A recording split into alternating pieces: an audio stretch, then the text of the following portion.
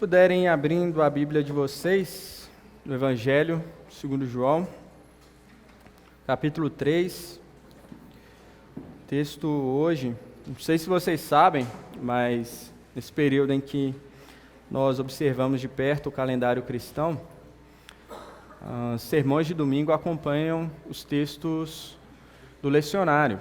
E o texto de hoje proposto no lecionário é o texto de João, capítulo 3, versos 23 ao 30. Mas eu queria ler com vocês a partir do verso 22, para a nossa reflexão nessa manhã. Amém? João, capítulo 3, versos 22 ao 30. Diz assim: Depois disso, Jesus foi com os seus discípulos para a terra da Judeia. Ali permaneceu com eles e batizava. Ora, João também estava batizando em Enom, perto de Salim, porque ali havia muitas águas e o povo se dirigia para lá e era batizado, pois João ainda não havia sido preso. Então surgiu uma discussão entre os discípulos de João e um judeu a respeito da purificação. E foram até João e lhe disseram: Mestre, aquele que estava com o Senhor no outro lado do Jordão, do qual o Senhor deu testemunho, está batizando, e todos vão até ele. João respondeu: Ninguém pode receber coisa alguma se não lhe for dada do céu. Vocês mesmos são testemunhas de que eu não sou o Cristo, mas fui enviado como seu precursor. O que tem a noiva é o noivo. O amigo do noivo que está presente e o escuta se alegra muito por causa da voz do noivo, pois essa alegria se cumpriu em mim. Convém que ele cresça e que eu diminua. Oremos. Pai bendito, louvado é o teu nome, Senhor. Pai, nós como tua igreja reunidos nessa manhã, desejamos ouvir aquilo que o Senhor tem a falar conosco, Pai. Senhor, fala conosco, fala com o teu povo nessa manhã, fala aos nossos corações, Pai. Senhor, que a tua palavra nessa manhã, ela venha encontrar em nossos corações uma terra fértil, Pai, e venha frutificar. Pai, que eu não seja um empecilho em tuas mãos para aquilo que o Senhor está fazendo, mas me usa, Pai, como instrumento em suas mãos. Comunica a tua palavra, é o que nós te pedimos nessa manhã, Pai. Em nome do seu Filho Jesus, amém. Bom, quem aqui não conhece nada de Fórmula 1, levanta a mão. Nada? Nada? Tá bom. Fórmula 1 é uma competição automotiva, né? Os carros mais rápidos, mais modernos do mundo estão nessa categoria. E o Brasil, ele é famoso por gerar bons pilotos. Nós tivemos pelo menos 3 grandes pilotos aí que ganharam campeonatos de Fórmula 1. Nós tivemos Emerson Fittipaldi, Nelson Piquet e Ayrton Senna, o último grande piloto, ou o grande campeão, e talvez ou o maior, né, piloto de todos os tempos. Hoje há uma discussão se seria ele, se seria Schumacher, se seria Hamilton e tal. Mas veja só, há um outro piloto no Brasil, também muito conhecido, mas conhecido por uma fama ruim, que, ao meu ver, é uma fama injusta. Rubens Barrichello. Rubinho, ele ficou conhecido por ser lento, sempre chegar atrasado, né? O meme do Cacete Planeta, né? E ele ficou estigmatizado como um piloto ruim por causa disso. Mas veja, ele recebe esse apelido na época em que ele era o segundo piloto da principal equipe da categoria. Rubinho, ele está num grupo seleto de pilotos que venceram corridas na Fórmula 1. A gente acha que é um número muito grande, não é. Ele tem 9 vitórias nessa categoria, sendo que 2 delas ele largou em último e venceu. Ele não é um mau piloto, mas ficou estigmatizado como aquele que é o segundo, é o mais lento, é o de menos importância para a sua equipe e para o seu país. Talvez porque ele foi o primeiro logo depois de Ayrton Senna. Então, ele ficou estigmatizado como um piloto de segunda categoria, sendo que ele não era. E veja, parece que há em todos nós um desejo de ser protagonista. de ser o primeiro, de não ser conhecido como o Rubinho, mas de ser conhecido como o Ayrton Senna, um herói brasileiro. E será que esse desejo, esse anseio de ser protagonista nas nossas vidas, não tem roubado o lugar daquele que deveria ser o primeiro? Talvez a grande lição do Evangelho para as nossas vidas seja que a gente deveria desejar ser igual ao Rubinho, um excelente segundo piloto. Porque o fantástico e o extraordinário, aquele que vence todas as corridas, ele é Jesus. E é isso que esse texto nessa manhã nos ensina.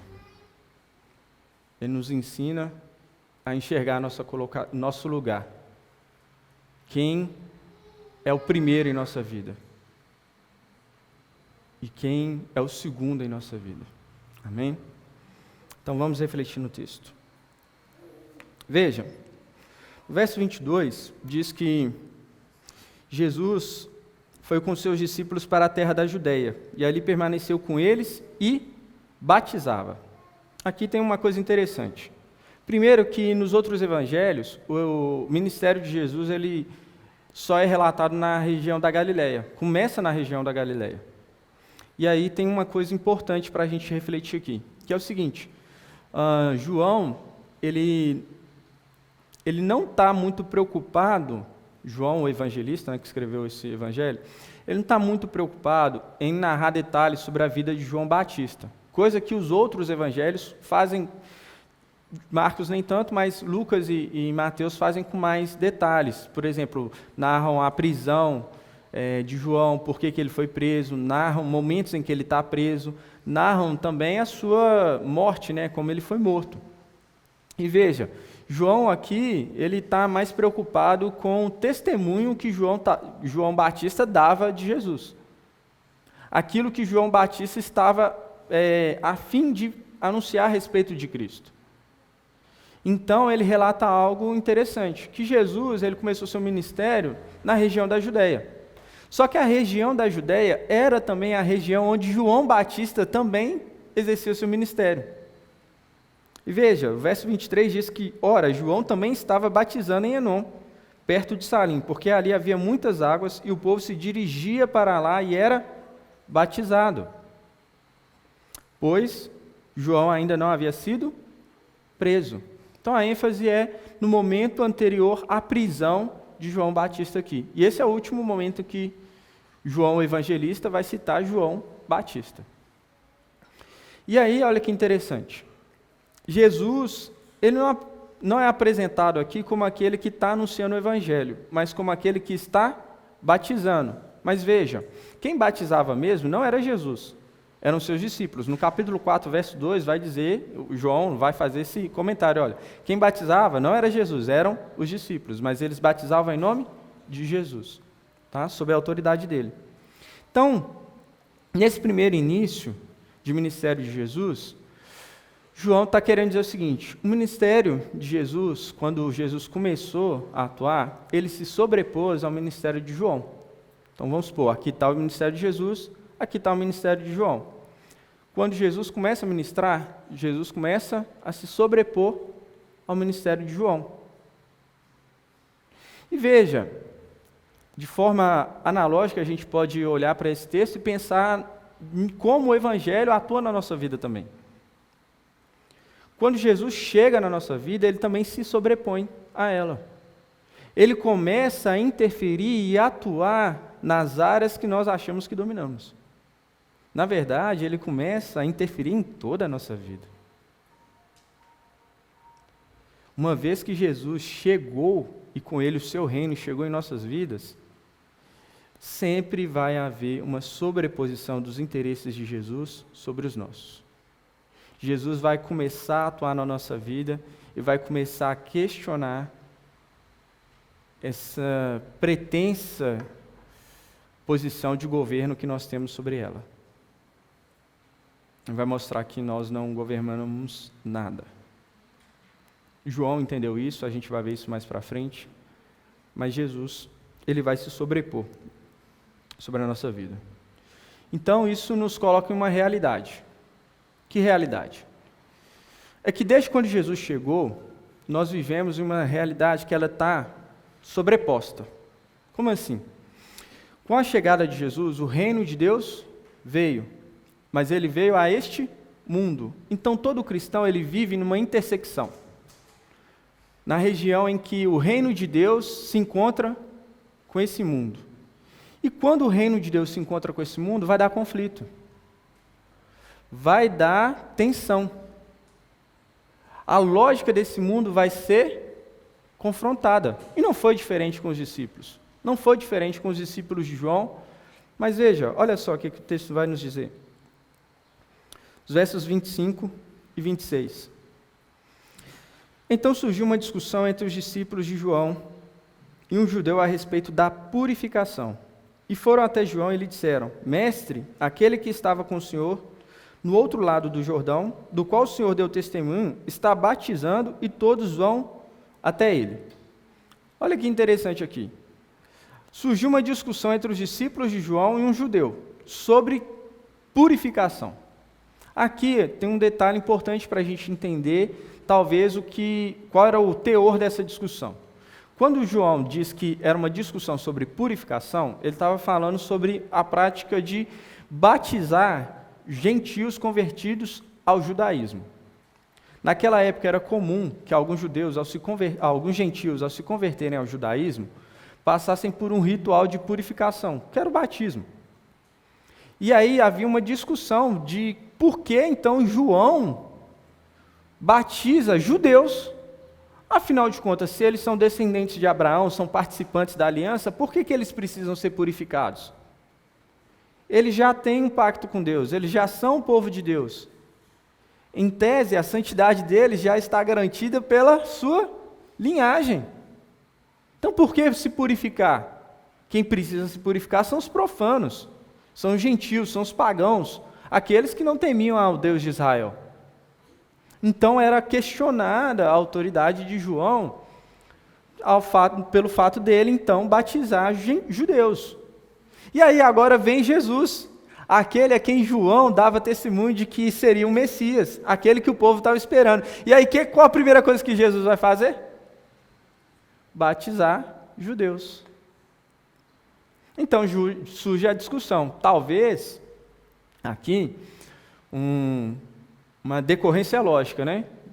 O judeu lá discutindo com os discípulos de João. Mas por que João Batista batiza judeus e tal? Daqui a pouco os discípulos de João começam a se questionar, mas aquele de quem João dava testemunho, ele também está batizando judeus. E não só isso. O texto tem uma expressão no final dele, que na minha tradução está, todos vão até ele. Né? Algumas outras vai estar dizendo, no verso 26, falando do povo que ia até Jesus para ser batizado, né?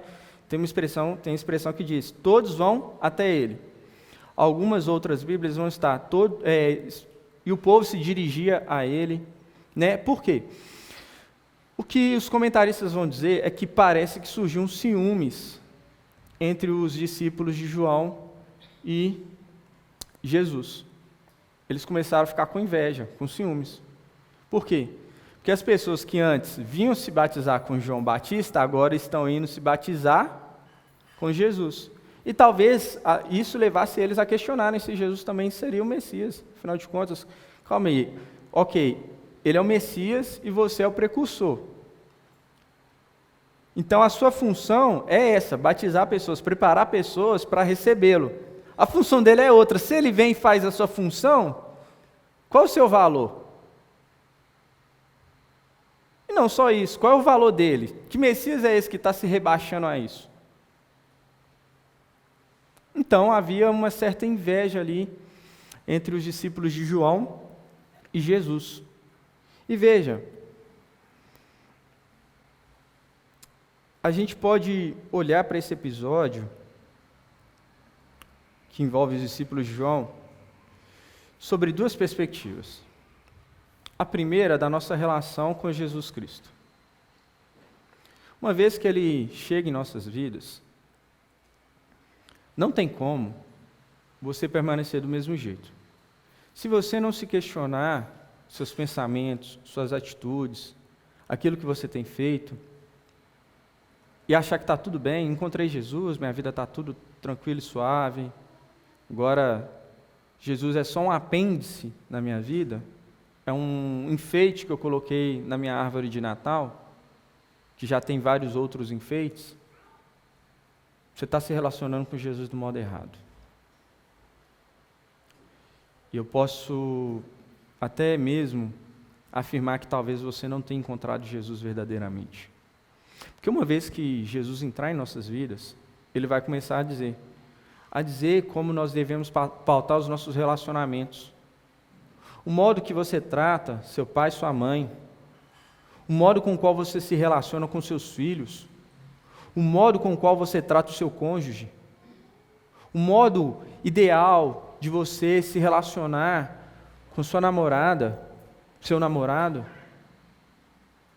Ele vai falar sobre como você deve se portar no seu local de trabalho. E você que achava que dominava aquilo, não. Que isso?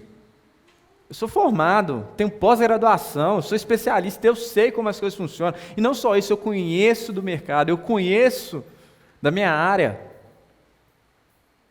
As coisas são assim e eu domino isso aqui. Como Jesus ousa dizer que não, eu não posso mais emitir nota fria.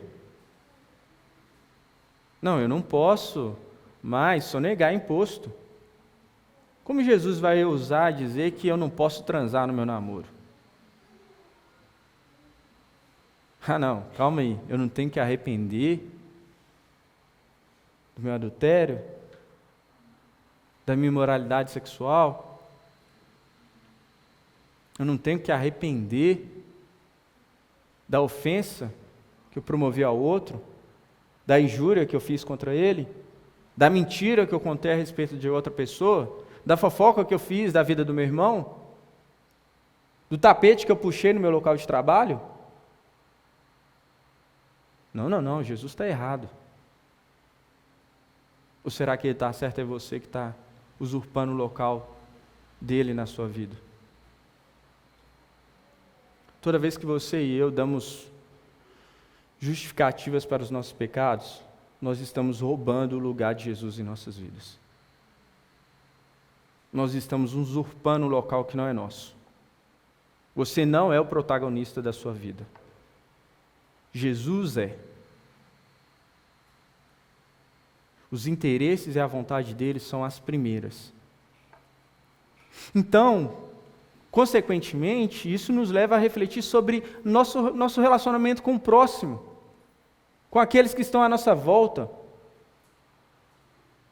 E veja se, por vezes, nós não invejamos outras pessoas, seja ele um cristão convertido ou até mesmo um ateu, alguém que nega a Deus e, se possível, até zomba. E por que você anda invejando a vida do outro? E por que você anda desejando aquilo que pertence ao outro e não a você?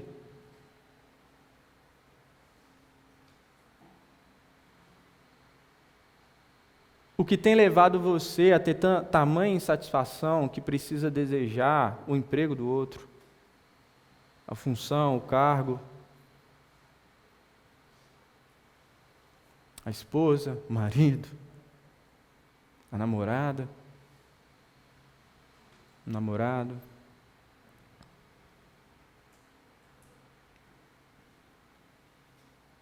O que tem motivado seu coração? E aonde ele está? Que tem te feito desejar aquilo que não é seu, aquilo que Deus não te deu. E isso também prova nosso descontentamento com aquilo que a gente já tem. Nossa incapacidade de estar satisfeito com aquilo que Deus já nos ofereceu e nos deu.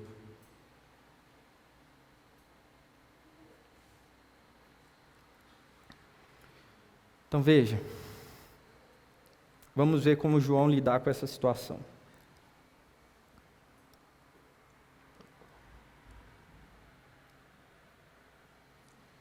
Os discípulos de João, eles levam essa situação para ele e falam, olha, aquele que o Senhor deu testemunho, ele está batizando e todo mundo está indo para ele, como assim? Ele está roubando o seu lugar. João então responde, ninguém pode receber coisa alguma se não lhe for dada do céu. Vocês mesmos são testemunhas de que eu disse, eu não sou o Cristo, mas fui enviado como seu precursor. O que tem a noiva é o noivo. O amigo do noivo, que está presente e o escuta, se alegra muito por causa da voz do noivo. Pois essa alegria já se cumpriu em mim. Convém que ele cresça e que eu diminua. João entendeu que a alegria, a satisfação que realmente importa na nossa vida, não é a minha e não é a sua, mas a de Jesus Cristo. A de Jesus. A vida que vale a pena ser vivida é a vida que alegra a Cristo. É a vida que tem como objetivo trazer um sorriso aos lábios de Cristo. E veja, no verso 27 ele diz, ninguém pode receber coisa alguma se não lhe for dada do alto. Ao responder isso, João está dizendo claramente que o ministério dele de batismo veio dos céus, veio de Deus. Isso deveria nos fazer pensar sobre as coisas que Deus já nos deu, aquilo que Ele nos concedeu em nossas vidas, e aquilo também que a gente não tem.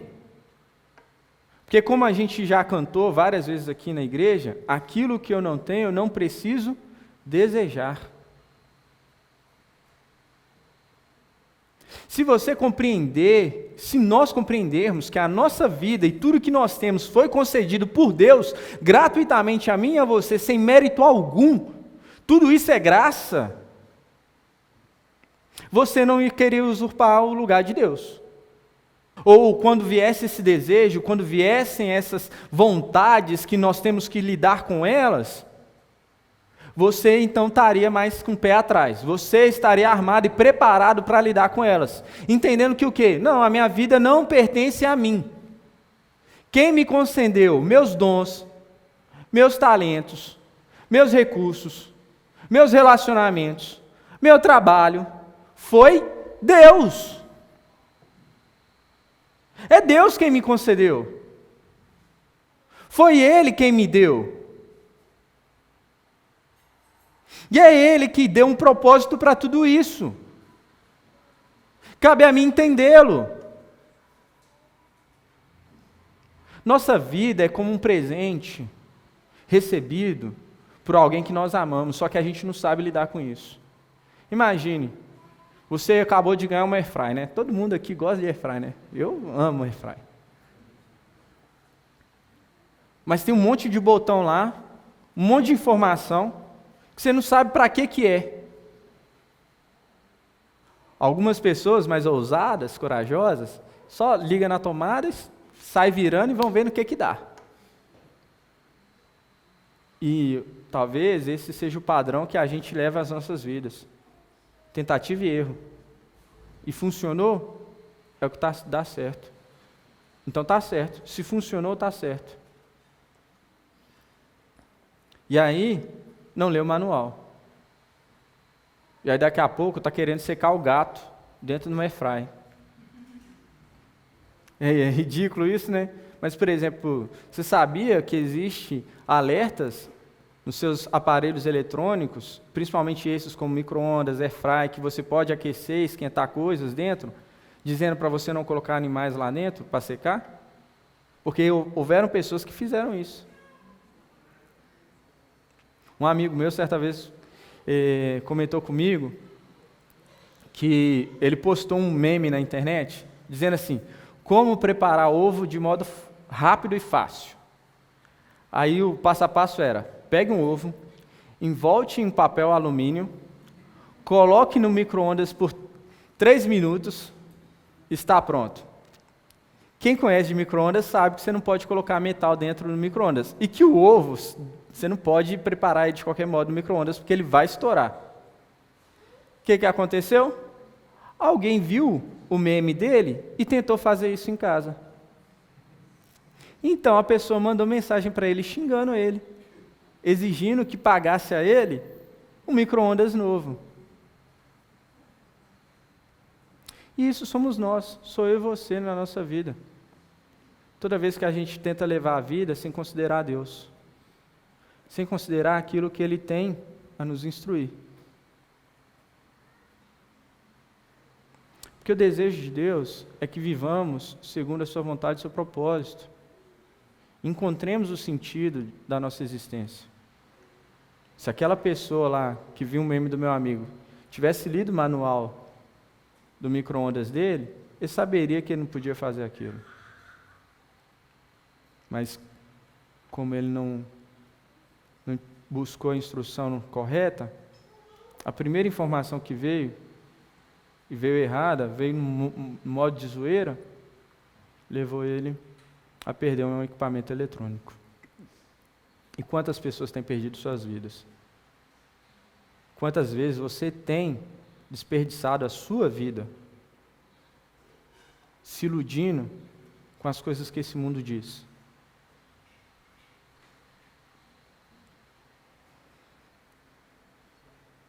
Se tudo que temos veio do alto, veio de Deus, nós devemos consultá-lo para saber o que Ele deseja de nós. João sabia o que Deus desejava dele. Por isso ele não invejava Cristo e não tinha problema com a atuação de Cristo. Verso 28 vai dizer: vocês mesmos são testemunhas de que eu disse, eu não sou o Cristo, mas fui enviado como seu precursor. E aí, João ele vai explicar o que é a função do precursor. Ele vai dizer, olha, o que tem a noiva é o noivo. O amigo do noivo que está presente e o escuta se alegra muito por causa da voz do noivo, pois essa alegria já se cumpriu em mim. Aqui, João ele está se referindo ao casamento judaico daquela época. No casamento daquela época, quem preparava a festa, a cerimônia, não era o noivo, não eram os noivos. Eu sei que no nosso tempo, né, a gente corre atrás de tudo, né? Eu passei por isso, acompanhei algumas pessoas, aconselhei elas nesse momento e tal. Eu sei que os casados aqui, muito provavelmente também, vocês correram atrás de tudo. Tá certo, a família auxiliou em alguma coisa e tal, mas normalmente nós é que estamos ali na linha de frente resolvendo e tomando as decisões, né? Mas naquela época não era assim. Naquela época, o noivo escolhia um amigo e confiava a ele a preparação da sua cerimônia, do seu casamento.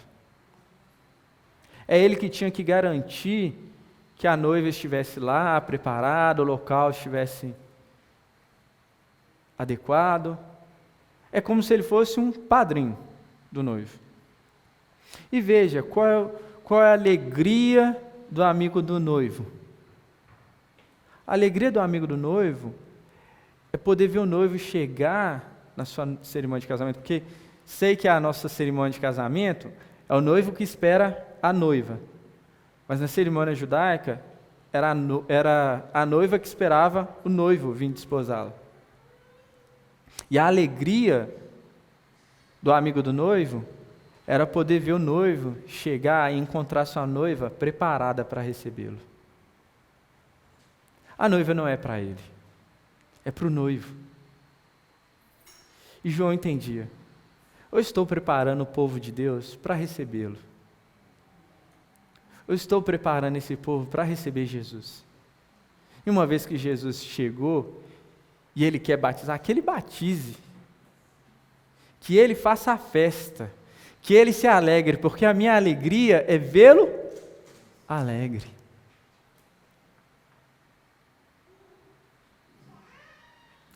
A questão é, como é que você tem encarado as instruções de Jesus para a sua vida? Será que você é um talarico? Que está querendo roubar a noiva do noivo? E veja, aqui tem dois modos da gente olhar para isso, que é o primeiro, que é o modo direto, correto e claro,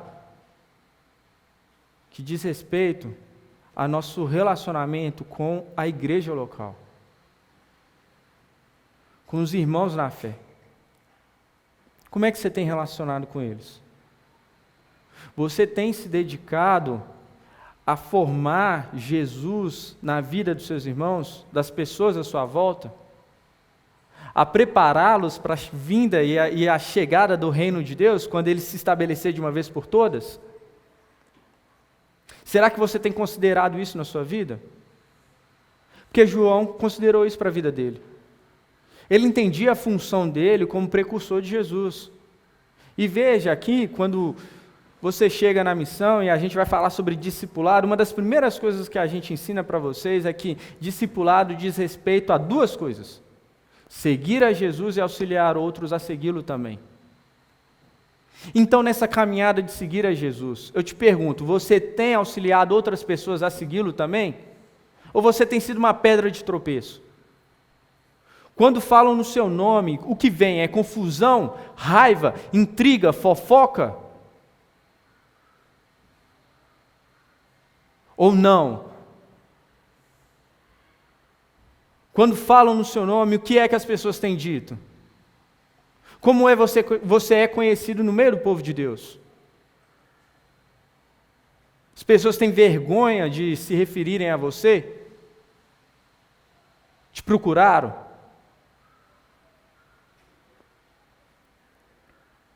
Ou não? O testemunho que dão é de como aquela pessoa tem me abençoado, como ela foi diferente.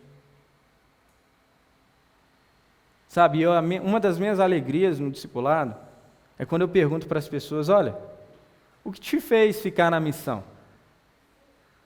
Por que você escolheu ficar aqui? E aí, entre respostas do tipo, é uma igreja bíblica, séria, saudável e tal, vem nomes de pessoas. Não, porque a irmã X, o irmão Y me recebeu também, tiveram atenção comigo, se importaram, me ligam. Nossa, não deixa eu ir embora sem um abraço. Eu chego já, vai me cumprimentar. Poxa, eu fico tão feliz de ouvir essas coisas. Pessoas que entenderam, olha, chegou alguém novo aqui, eu preciso abraçar essa pessoa. E não só isso, os que já estão, estou com eles. Mas é muito triste quando no discipulado ou no gabinete alguém me procura e fala: olha, mais uma vez Beltrano, mais uma vez Ciclano. Porque diferente da primeira pessoa que entendeu sua função aqui, parece que tem gente perdida, se enganando. E ao invés de cooperar com a noiva de Cristo, a fim de prepará-la para recebê-lo, tem atrapalhado. A questão é, que tipo de pessoa você é?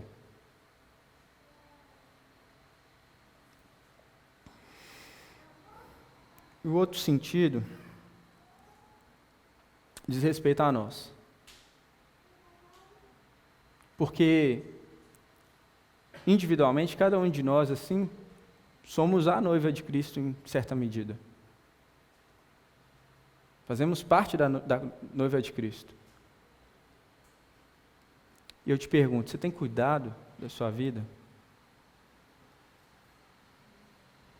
Você tem buscado sua edificação própria? Quanto tempo você tem se dedicado a conhecer as Escrituras? A confessar pecados. Prática essa que muitas pessoas têm abandonado nos nossos dias. E não só isso, quando confrontadas, só Deus sabe.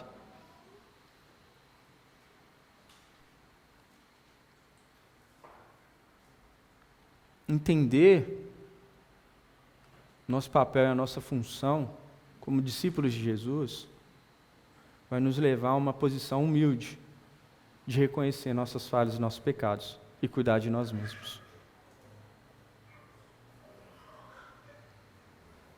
Porque o que importa é a alegria do noivo. Então, que tudo esteja nos conformes.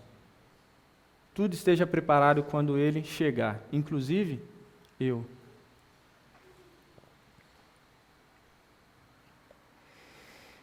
Então, por fim, João diz: convém que ele cresça e que eu diminua. Aqui, eu ouvi uma analogia que eu anotei e guardei ela comigo, que é o seguinte: diante da luz, as velas se apagam. João entendeu, a verdadeira luz, ela chegou. A minha função já está cumprida. A verdadeira luz chegou, eu posso agora, como uma vela, me apagar e deixar que ele brilhe. O quanto você tem empenhado na sua vida para que Jesus brilhe? Ou será que tudo que você faz guiado pelo eu? Né? Guilherme de Carvalho ele vai dizer que vivemos na sociedade do self. O self é uma palavra em inglês para dizer do eu, tá bom? Eu não gosto, sei lá. Não tenho problema em usar expressões em inglês, mas para comunicar algo mais claro para nós. Vivemos na sociedade do eu. O eu é o critério último para analisar a nossa sociedade. Para analisar a realidade à minha volta.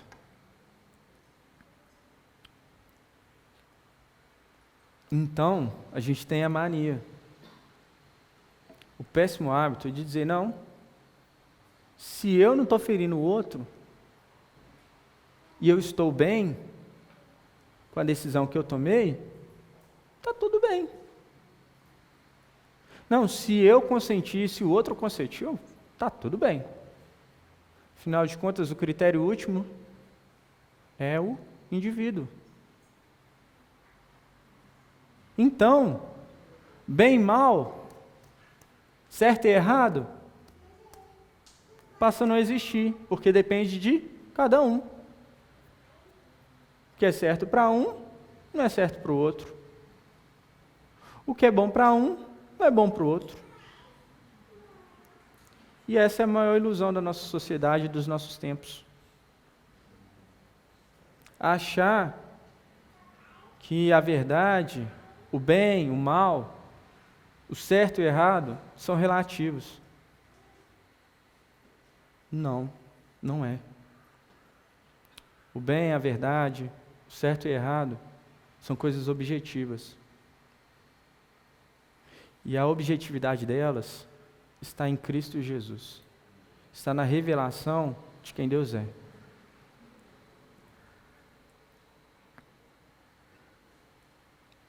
E veja, muita gente anda perdida nesse mundo sem saber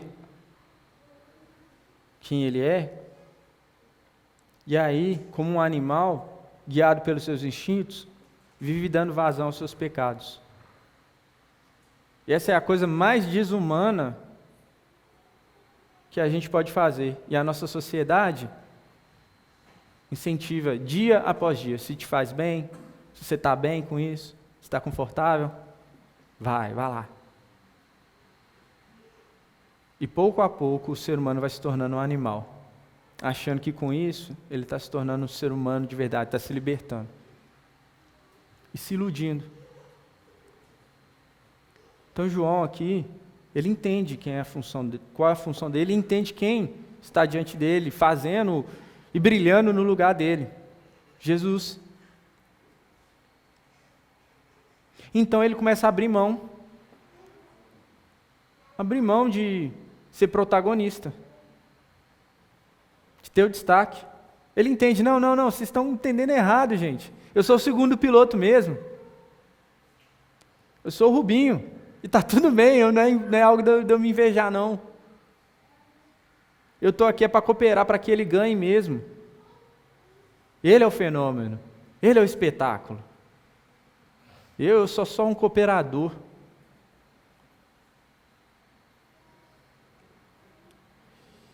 E a gente deveria, então, como igreja, estar nos incentivando uns aos outros a viverem como cooperadores de Cristo, como amigos do noivo, abrindo mão do nosso interesse próprio e nos importando com os interesses de Cristo. Essa é a vida do amigo do noivo. De buscar o interesse do noivo, saber o que ele deseja, então correr atrás, a fim de ver a alegria dele completa, porque a alegria dele é a nossa alegria. É o que nos satisfaz, é o que nos faz pleno. Então, se tem algo que deve pautar a sua vida, deve ser a instrução de Jesus, deve ser aquilo que ele está dizendo ao seu respeito. E o que ele anda dizendo ao seu respeito? O que ele tem dito para você? Quais são as coisas que ele tem te pedido? Quais são os pecados que Jesus tem te mandado abandonar? E você insiste em mantê-los na sua vida? Quais são as áreas da sua vida que você fala assim, não preciso de Jesus, eu não preciso de Jesus para o meu trabalho. Eu conheço o mercado, conheço como as coisas funcionam, as coisas são desse jeito, todo mundo faz assim. Então está tudo certo. E Jesus dizendo, não está certo não. Você está sonegando imposto. Não está certo não. Está fraudando documento. Não está certo não.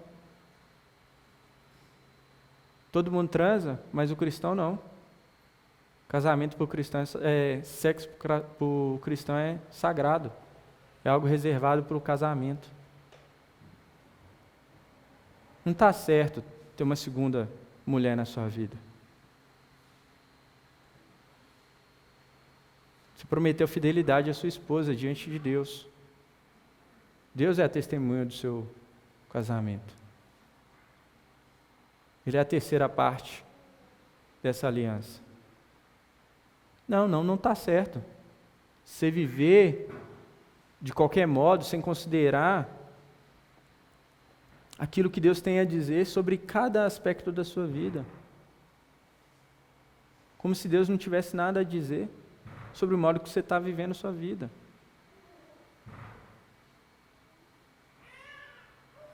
Importa que Ele cresça e eu diminua. Os interesses de Cristo têm que estar em primeiro lugar. Os interesses de Deus têm que estar em primeiro lugar. E veja, como igreja, a gente tem esse desafio de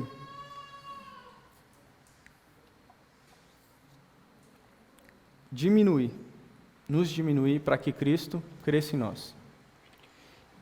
Em um dos textos do lecionário hoje, que talvez nos apresente uma resposta, um bom caminho para a gente seguir, é o texto que se encontra em 1 Tessalonicenses, no capítulo 5, versos 12 ao 15. E aqui eu queria dar umas palavras de orientação para a igreja como um todo. Para você que é membro da missão 1618 ou que deseja se tornar membro dela. 1 Tessalonicenses, capítulo 5, versos 12 ao 15. O primeiro conselho de Paulo aos Tessalonicenses, e que também serve para nós, é esse. Irmãos, pedimos que vocês tenham em grande apreço os que trabalham entre vocês, que os presidem no Senhor e os admoestam. Tenham essas pessoas em máxima consideração, com amor, por causa do trabalho que realizam. E aí, é aquele momento constrangedor, né? Por quê? Porque pode parecer que eu estou advogando em causa própria, né? Mas eu não estou falando, e o texto não fala, único e exclusivamente, dos seus pastores, Tiago, eu, mas fala de todos aqueles que exercem alguma função de liderança dentro do corpo de Cristo, dentro dessa igreja. Cada irmão que tem se dedicado a cuidar de vocês em determinada área, ou departamento, ou ministério, que exercem função de liderança.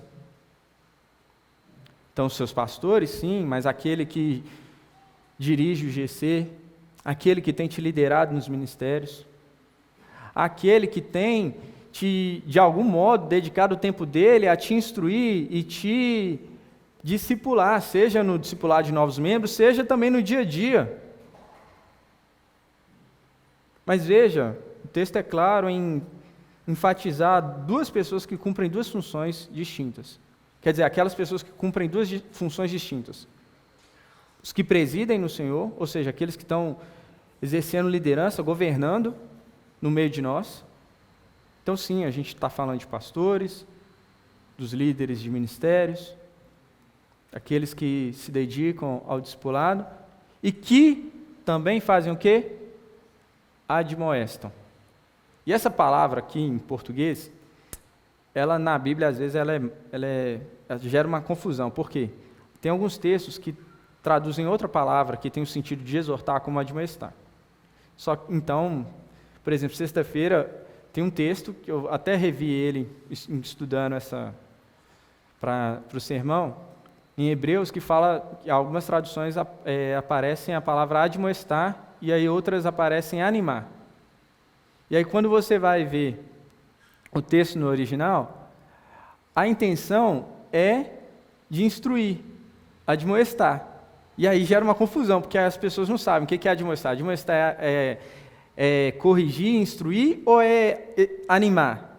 Né? Aí a palavra fica confusa assim nas Escrituras. Mas essa aqui, que aparece aqui, é a palavra instruir.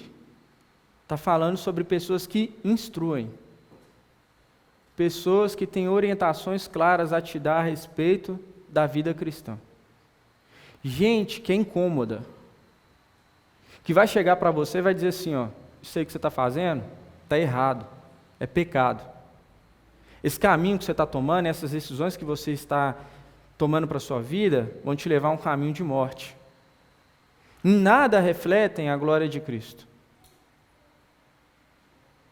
E aí eu te falo, te pergunto, você está disposto a lidar com essas pessoas? E como o texto diz, amar, ter elas com grande apreço, com grande consideração? O quanto você está aberto a deixar que outros entrem na sua vida e cuidem de você como você realmente deve ser cuidado?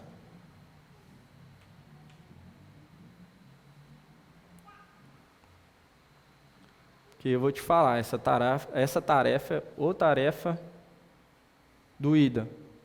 Porque a pessoa que está nessa tarefa de instruir, ela também tem que instruir a si própria. Né? Eu ouvi algumas vezes essa frase e ela é bem ilustrativa. A primeira pessoa que ouve o meu discurso sou eu. O ouvido mais perto da minha boca é o meu. Então eu tenho que ser a primeira pessoa a colocar em prática aquilo que eu afirmo. Então é uma tarefa árdua. Talvez Paulo, então, está chamando nossa atenção para essas pessoas. E como a gente deveria, então, ter mais apreço por elas. Não desprezá-las. Não achar que eles são chatos. Implicam com a gente, pegam no nosso pé. Ah, isso é porque eu não sou dos queridinhos dele. Não confunda. Não confunda isso.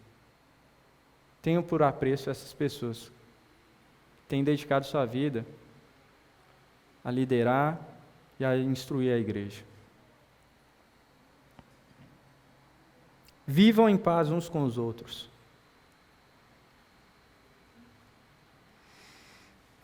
E eu te pergunto nessa manhã, como é que andam seus relacionamentos? Você pode andar de cabeça erguida aqui na igreja, no meio de todos os irmãos, e cumprimentá-los de forma a não ter do que se envergonhar? Tem alguém que você tem medo de olhar nele?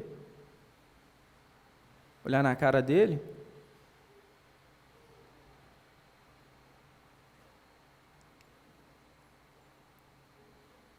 Tem alguém que você tem guardado rancor, mágoa? Quais são os relacionamentos que você sabe que você deveria ter restaurado, ter considerado e não está? Por rancor, por raiva, por inveja, seja qual for o motivo. Quem andar em paz, essa harmonia. Paz é a palavra que aponta para a harmonia. Não estou falando que no nosso meio não vai ter tensões ou situações que nos entristeçam, que às vezes machuquem e tal. A questão é, estão deixando essas coisas dominarem? Ou vocês estão lidando com essas situações? Estão resolvendo os conflitos que tem que resolver? A pior coisa que tem, gente, é ficar de picuinha. Isso cansa, desgasta. Pô, gente que vive falando mal dos outros, que, sabe, sempre está com um problema com alguém, com outro. Nossa, isso é desgastante, isso não é vida não, velho.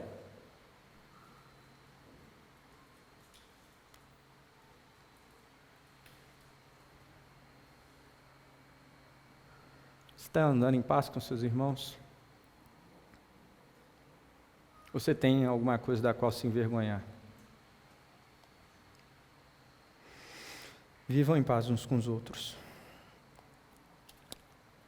14. Também exortamos vocês, irmãos, a que admoestem os que vivem de forma desordenada, consolem os desanimados, amparem os fracos e sejam pacientes com todos. Aqui tem que fazer uma observação. Quando Paulo fala daqueles que vivem de modo desordenado, para os Tessalonicenses, ele está falando daquelas pessoas que não trabalhavam no meio deles. Mas para nós, nessa manhã, a gente pode simplesmente considerar desordenado qualquer outro que tem vivido uma vida sem considerar as instruções e a vontade de Deus. E aí eu te pergunto, as pessoas estão do seu lado, você tem visto elas se perderem no pecado, ferirem outros, ferirem a si próprias, se entregar ao pecado. E o que que vocês têm feito? Estão ficando parados assistindo? Falando como eu já ouvi certa vez? Ah não, mas foi ele, não fui eu. Eu estava lá só observando, calado. Foi outra pessoa que fez, não fui eu. Que tipo de amor que você tem pelo seu irmão, que ao vê-lo cometer um pecado, ao vê-lo ferir outra pessoa, ao vê-lo desonrar o nome de Cristo, você não intervém. Você não instrui. Que tipo de amor falso é esse aí que você carrega? Que não te leva a se mover em direção ao outro para promover o bem dele, para instruí-lo na verdade, para corrigi-lo. Que a gente seja conhecido por uma igreja que ao ver alguém pecando, vá lá e intervém na vida daquele irmão. Não se omite.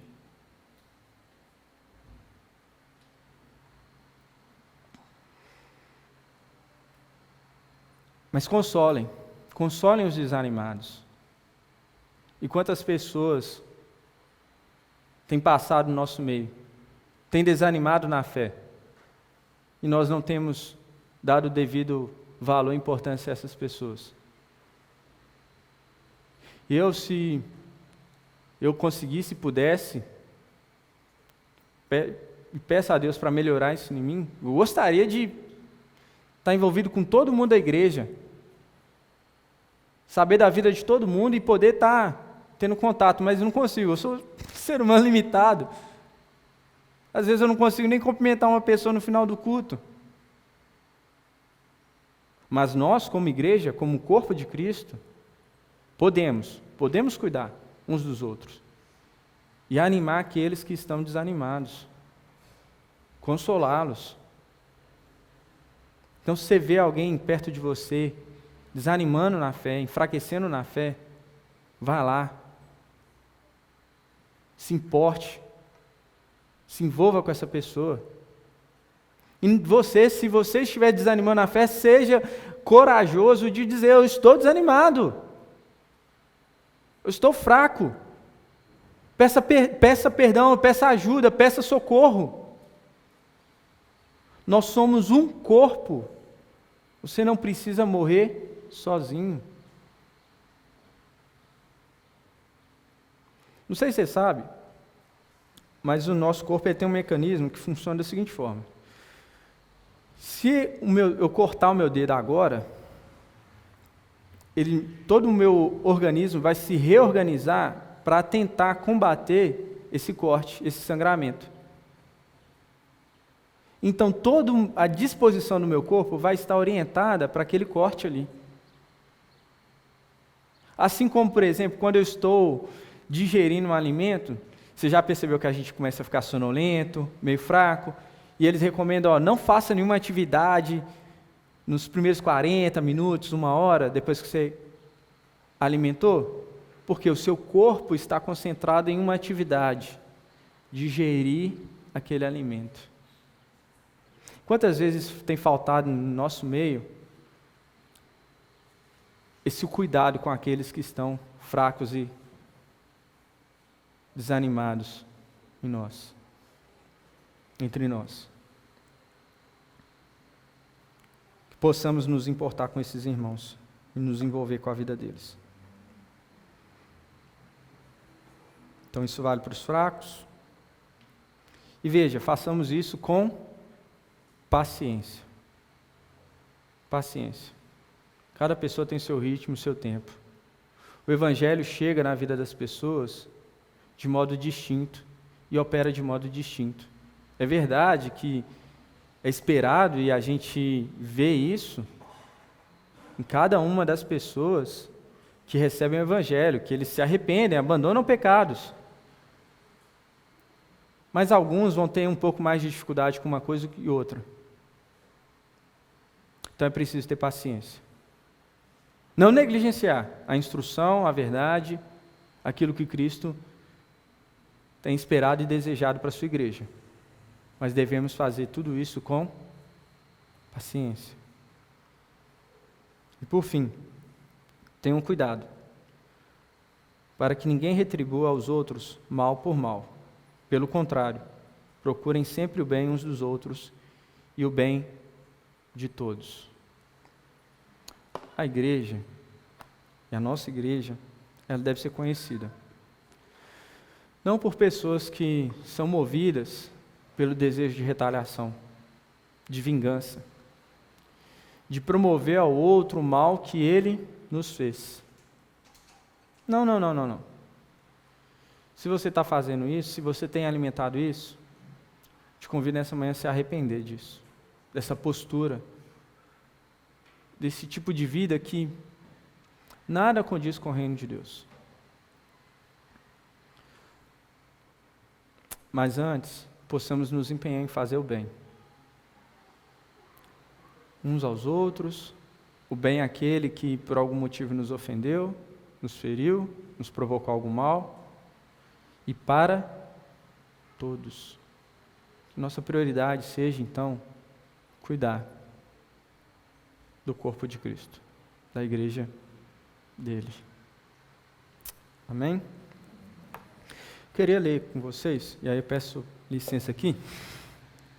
Tive que deixar aqui que estava descarregado.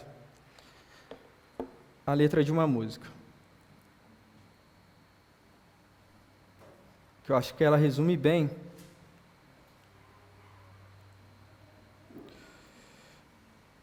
tudo aquilo que comunicamos nessa manhã. O nome da música é Mais, da dupla Os Arrais. E ela diz o seguinte: descubro quem eu sou, tua palavra me diz, entendo quem eu fui, quem não mais quero seguir, não, eu sou um pescador, tua palavra me diz, te sigo aonde for, faço tudo em teu nome, sou mais que um vencedor, sendo que eu sempre fui o segundo em tudo que eu vivi, e me chama amigo, não sou mais estranho, eu sou um filho, eu sou teu. Tu és o bom pastor, tua palavra me diz, feliz em meio à dor, sua bondade me persegue. Sou mais que um vencedor, sendo que eu sempre fui o segundo em tudo que eu vivi, e me chama amigo, não sou mais um estranho, eu sou um filho, eu sou teu.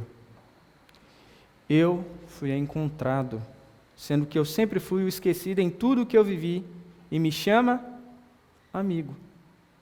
E eu não sou mais estranho, eu sou um filho. Eu não sou mais estranho, eu sou um filho. Eu fui encontrado, eu sou um filho, eu sou teu. Às vezes a gente quer ser protagonista da nossa vida.